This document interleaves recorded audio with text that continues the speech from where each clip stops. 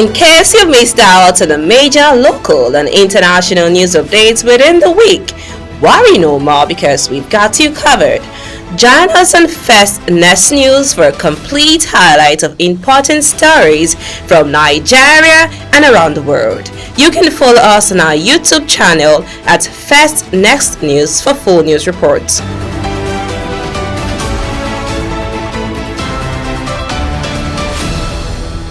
Hello everyone, a very pleasant day to you. I hope your day has been going great. I remain your humble host, Becky Uzar. It's that time of the show, Citizens Dialogue on First Next News for Tackles, where we discuss trending and interesting political topics. Joining me here to have this conversation on set is Zach Jimmy with Kings Ajalo. Sit back, relax, and enjoy this episode. It's my pleasure having you both on set all the time. Thank you very much. Okay, so let's just head straight to our conversation for today. Former ex-executive secretary of the National Health Insurance Scheme, Usman Yusuf, said Northerners have no reason to vote for Tinubu, accusing him of political suicide. Zach?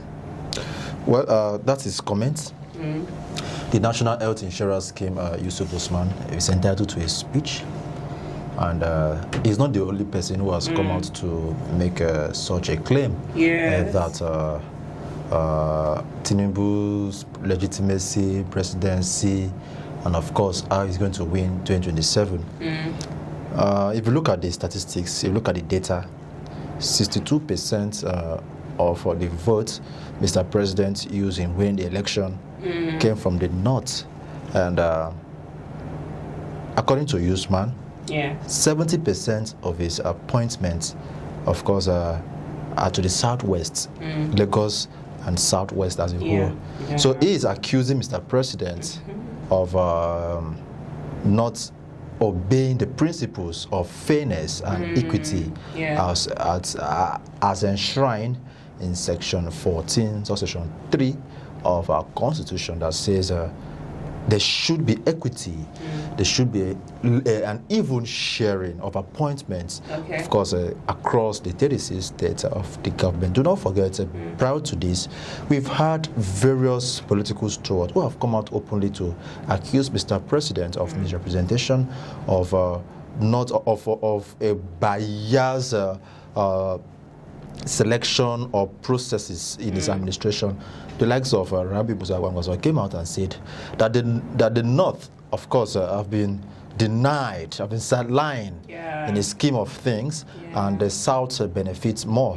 And coming from the former National Health Insurance Scheme to about Usman Yusuf saying the same thing, for me, it's not a surprise because he's not the only person. But let us tell ourselves the truth.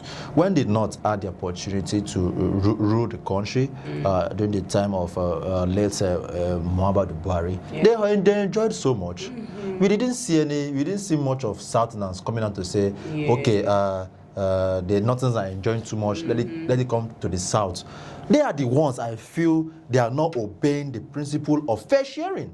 Because at the time, because for me, they feel that power should always be in the North. So now that the power is in the South, for just 2 years, they started complaining. But they forget that when Buhari was in power, the majority of his appointees, they were all Northerners now. Exactly. They were not, if you go to the government house, Northerners. So if Tinubu, I'm not saying what Tinubu is doing is correct, but they didn't tell the truth. When they not had the opportunity to rule this country, when they enjoying from the common patrimony of the country. So for me, it's just a mere distraction. Let them just relax until when power shifts again to North. But then, like I mentioned, the section of that constitution that talks about fair, equity, and fairness, and of course our national anthem that says where no man is oppressed. So let everybody enjoy the common patrimony, whether you are from the north, the south, east, or west. The world here, we are one Nigeria. That's it. Thank you so much. Jalo, do you agree to the conversation that Zach just made? Of course, there are some emphases he made which are definitely aligned with what the news is all about concerning Usman Yusuf. You know, the thing is, the Northerners, so to speak, I think in the election that was held in 2023 that brought our president into power, you know, majority of the vote was from the northerners. You know, even from his own state, from the west, from the southwest, Lagos, he lost to they lost in a counter with the Lagos electoral body. Now the thing is this: I think what the North are trying to let Mr. President know that, look, we put you into power.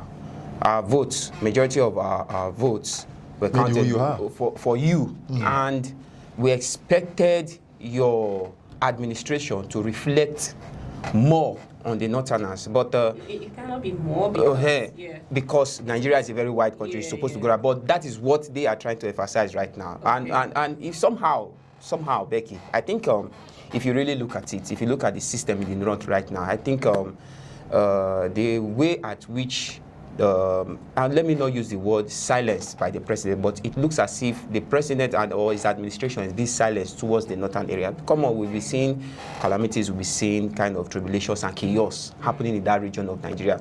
So I think from what Usman is saying, there is a little bit of truth in it. You understand? But in all of this, I think Nigeria should come to a point whereby this, how will I put it now? This, when I come into power, my brother should be the one who should be beside me. This kind of ethnicity, you know, and if you look at it, this is what is really causing the backdrop of this country. This is the major problem, you know, tribalism. You understand? You know, I think it should be a time, this era, I don't think it is practiced in any other parts of the world right now except in Nigeria, whereby you are being elected into power, into political office. Then the next thing you should do is to start appointing your tribal man, your kinsman, which is, I think that is childish. I don't know if you understand. We are mature, and these people who we are electing into power, I think they are matured people. It should be a time whereby if a southwest person is elected into president, or a south person is elected into president, there should be all that other officials from different tribes. Do you know my worry in all of this? Even in as much as they want to appoint whoever they wish to appoint. Exactly. If they appoint people who are credible, to some extent I may not have an issue with it. But you know, some of them, what they do is that most of this appointment is just to fulfill all demands, fulfill all rights of their own self. Maybe because you supported me during the campaign, which is wrong.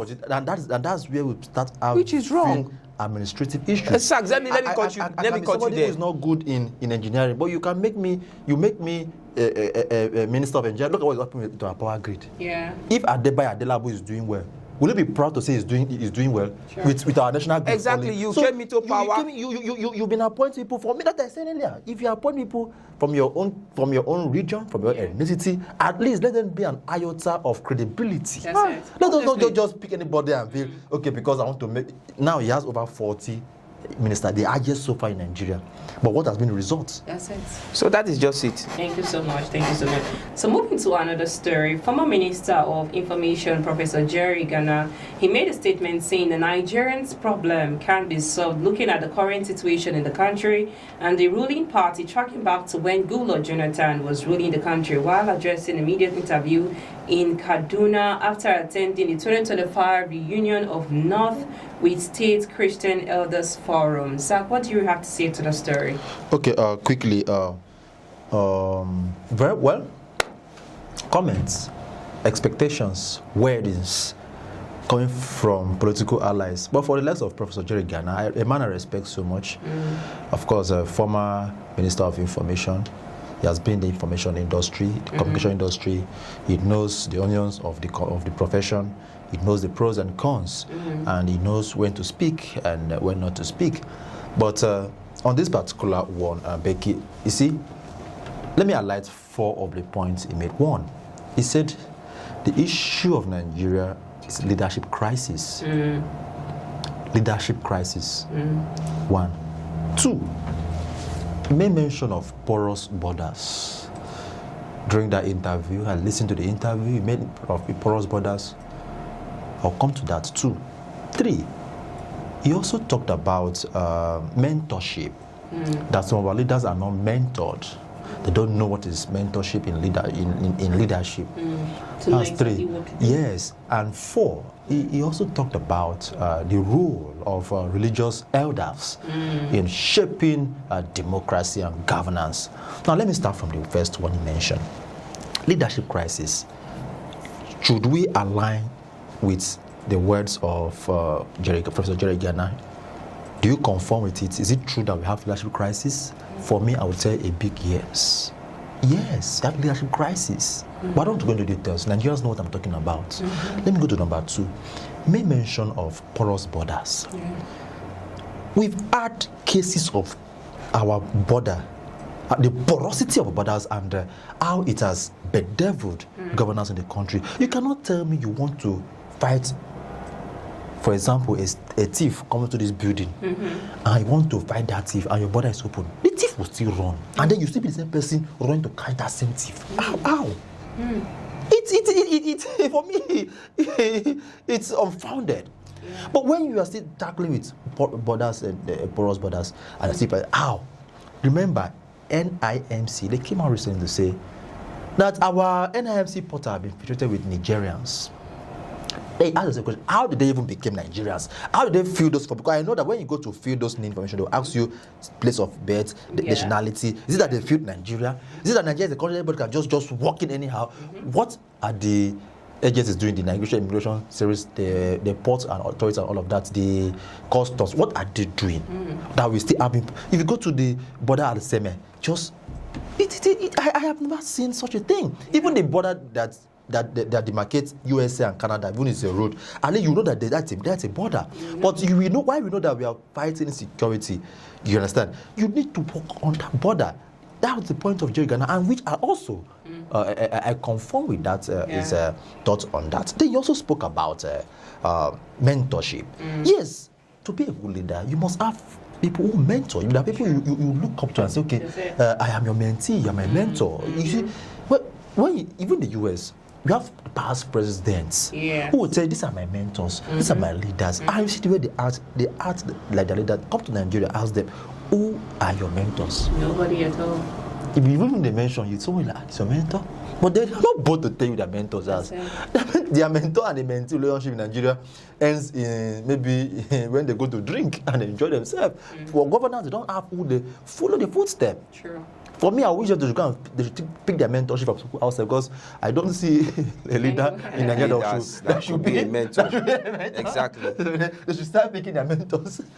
That place they should travel to. They should pick their mentors from there. 3 and 4, you also spoke about the roles of elders and religious leaders in shaping governance. Yes, you know, aside from the home, the next cohort of call people converge is the church, or mosque, as this case may be.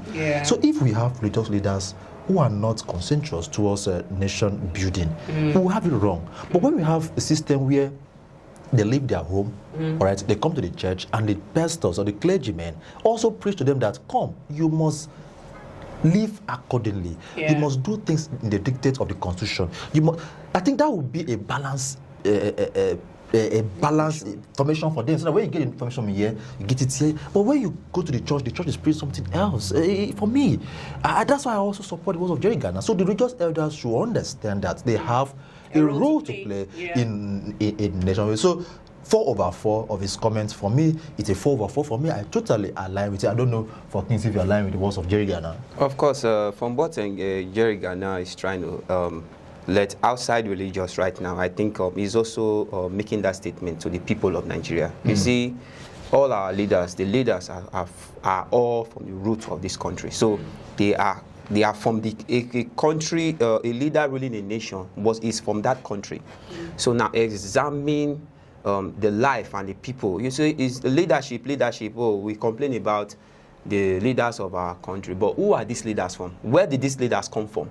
So it's from a particular a nation and people, from people who are situated in that nation. So the thing is this, I think we as a nation too, we really need to work on ourselves as citizens, so that when our mindset is genuine, when we are living appropriately, definitely you will get appropriate leader from those same people. Because A goat can't give birth to a lion. At all.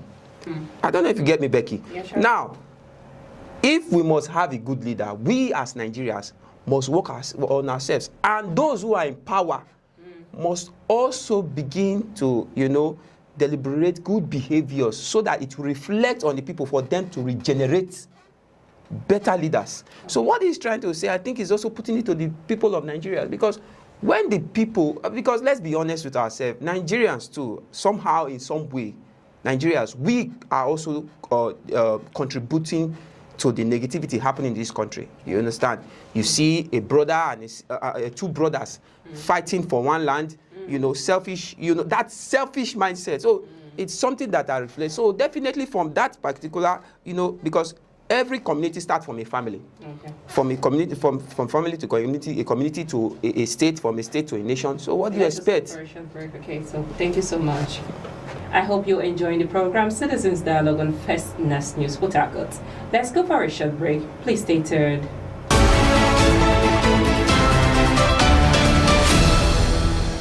Welcome back to the show. It's still the show Citizens Dialogue on First News Port Harcourt. I remain your humble host, Becky Usoro. We're still having a conversation here with Zach, Jimmy, and King Sajalo. So Zach, President of PENGASSAN in a media interview saying Dangote is the person sabotaging our economy. Look at what's happening with the fuel today. They're saying something else tomorrow, another story. So what do you have to say on the story? Okay, PENGASSAN, senior workers of oil and gas in Nigeria, the federal government, and Dangote. It's not the first time. I'm not surprised. They went on strike recently, and what was the motive behind the strike? That Dangote, their chairman, refused them to join the union. And why did Dangote refuse them to join the union? Because he feels that, or he felt rather that if they join the PENGASSAN union, they won't be obeying the in-house rules of the industry, is the refinery. But you cannot take it out. In as much as, just like myself, but what I'm working here, doesn't mean I cannot belong to my parents' body. I must belong. Whether I'm working for a private firm or a government firm. So for Dangote, I think he's wrong, but I will tell you to some extent why he's wrong and why he feels he's not wrong. But why he's wrong is that your workers are are oil and gas workers, whether they like it or not. Natural gas, they are workers. Whether they're working for you, or they're working for me, or they're working for Kings, or they're working for Becky, they should belong to the union. Why are you scared of them joining the union? Why? But then I'll come to why he feels they should not join. Now, he sacked 800 of them. And the parents' body of the union said, no, you can't just throw 800 people like that. The reason for this strike. And the Minister for Employment, Malam Dingeri, as you know, today as I speak to you, the meeting is ongoing. Let's see what will be the outcome. Maybe we'll continue the conversation when we get the outcome of the meeting. But for now, Dangote, so many things. Before he even came up with the refinery, he came out to say that Nigerians are not allowing. In fact, PENGASSAN said they should short crude to his company. This is not the place that they be shorting crude to his company. He still came out strong. In fact, he stopped providing for Nigerians. The only time he will reduce fuel is during Salah. But we say, oh, we are the oil and gas, all of that. But then, let us say the truth. This is Nigeria. We're supposed to have this oil and gas for ourselves. If we have this oil and gas, we'll not be having this conversation with Dangote. And I tell you earlier, in a community of in a community of a blind, it's not difficult. In a community of a blind man, a one-man eye is the king. He's the only one. He's the only one with it. So he likes it. You understand? It's just like you're the only one with this device here. Exactly. But if he decide not to come to the office with this, all of us will be begging you. But when the office decide to get a new this thing, we will not have that time. Do you understand? We will not be having all this back and forth with Dangote. Even if the company says, okay, we want to have this device now, as a working tool. We will not be anytime we will not have it. We will not have that time.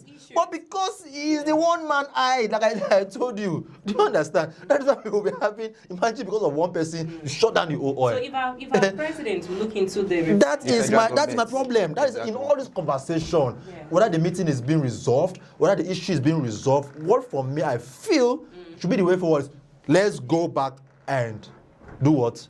Work on a refinery. So that will not be having a conversation. Because tomorrow I have my oil and gas and I still do the same thing. The same thing. Thank you so much.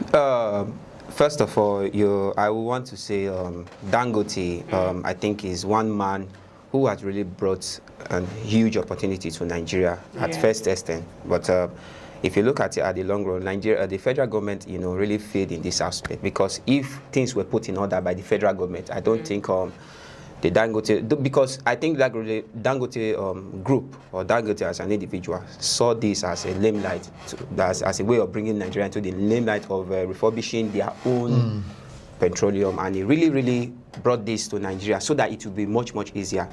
I think this is what the federal government would have done earlier on to avoid such sagas here and there between Dangote. Then coming into the Dangote group, you see, I don't think it was a good move of Dangote himself to immediately sack huge number of workers in his organization. It would have been more easier if there were questions that he would have answered, so that there would be findings on all this situation here and there, rather than the strike and all the things happening in the country right now. Thank you so much. It's my pleasure having you both on set all the time. Thank you very much, Becky. Thanks so much for staying tuned. That's all on the show for today. Citizens Dialogue on First News Port Harcourt. Do remember to follow us on our YouTube channel and kindly subscribe at First News. I remain your humble host, Becky Usoro. Stay tuned for many more episodes on Citizens Dialogue on First News. Many thanks for watching. Bye for now.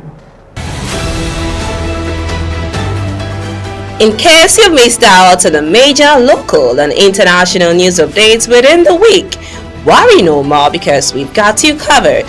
Join us on First News for a complete highlight of important stories from Nigeria and around the world. You can follow us on our YouTube channel at First News for full news reports.